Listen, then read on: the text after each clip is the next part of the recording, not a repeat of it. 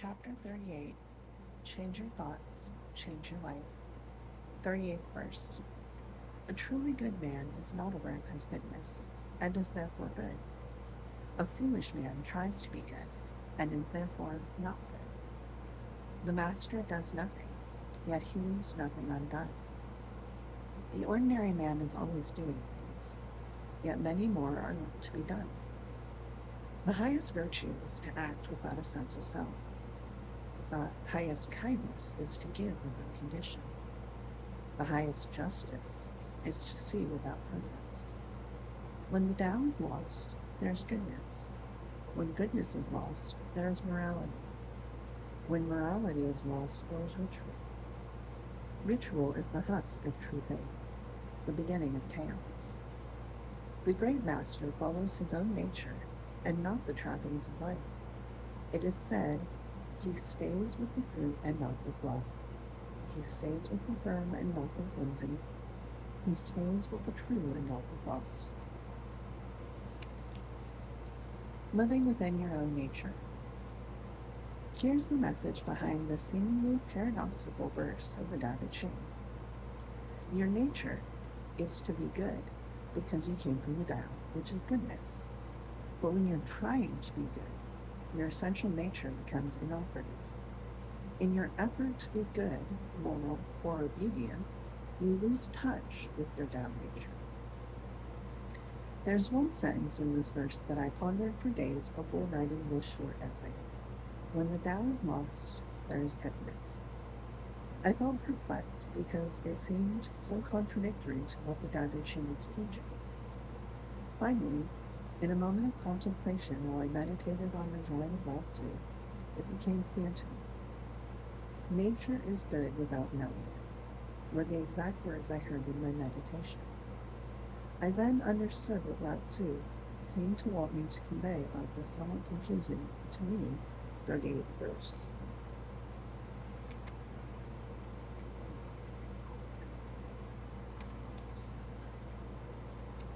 Live by your essential nature, the Tao, which is oneness.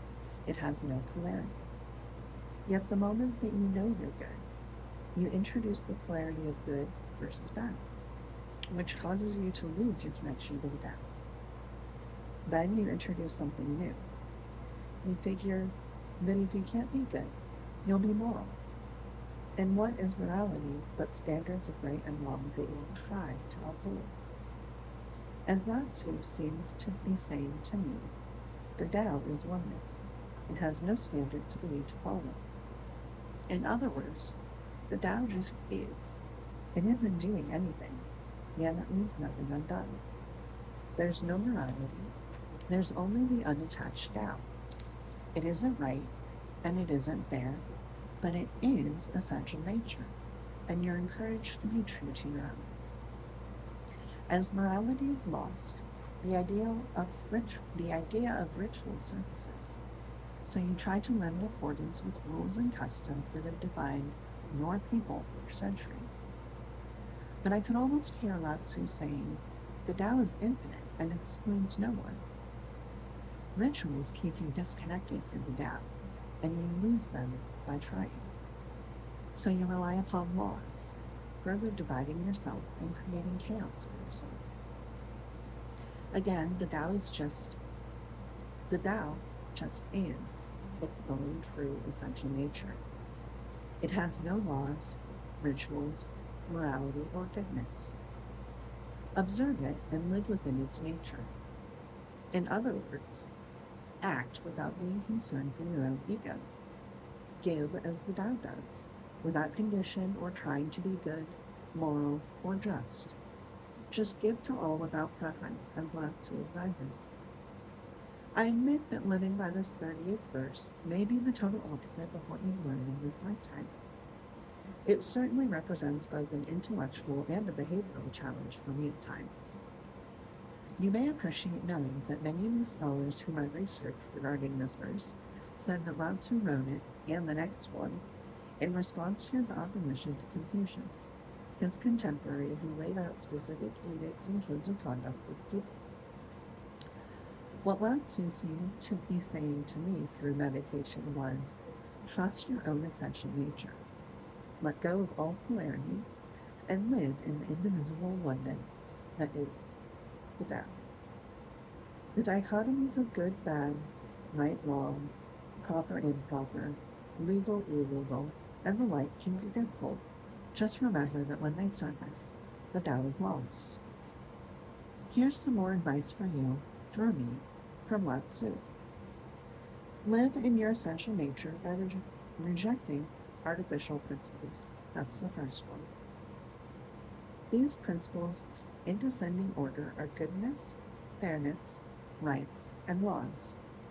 Artificial goodness is an attempt to live by not being bad, so you allow others to decide where you fit in on a goodness scale. Affirm, I am the Tao, the peace of God, and I need no human-made device to confirm it. Goodness and godness are one, and I trust who I am and will act from this perspective. I am staying with this truth and not what is false. Furthermore, see that the Tao isn't concerned with fairness. Give yourself knowing that this is an artificial contrivance that cannot exist from the perspective of oneness. You are from, and will return to, that oneness, regardless of your opinions about it. So open up generously without desiring to be treated fairly. Second, abandon outmoded familial and cultural customs. Relinquish rights that you feel compelled to follow simply because they've been the way in your lifetime. They've been that way in your lifetime, and particularly in your family. Peacefully affirm, I am free to live, trusting in the eternal Tao. I do not have to be as my ancestors were. I relinquish ancient rituals that no longer work or that perpetuate separation or enmity. Remind yourself that goodness isn't accessed by obeying laws. Rather, it resonates with your essential nature. You don't need any sort of code to decide what is proper, good, moral, ethical, or legal. Trust yourself to be an instrument of love by surrendering to your highest nature rather than being seduced by moral laws.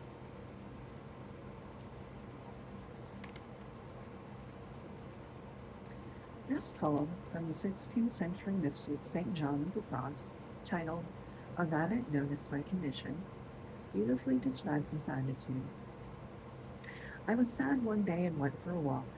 I sat in a field. A rabbit noticed my condition and came near. It often does not take more than that to help at times. To just be close to creatures who are so full of knowing, so full of love, that they don't chat. They just gaze with their marvelous understanding. Do the Tao now. Spend a day consciously choosing to notice one of God's creatures, such as a dog, a butterfly, a moth, a spider, an ant, a fish, a cat, a deer, or whatever attracts you. You can learn a lot from them about trusting your inner nature. They are, as the poet says, so full of knowing.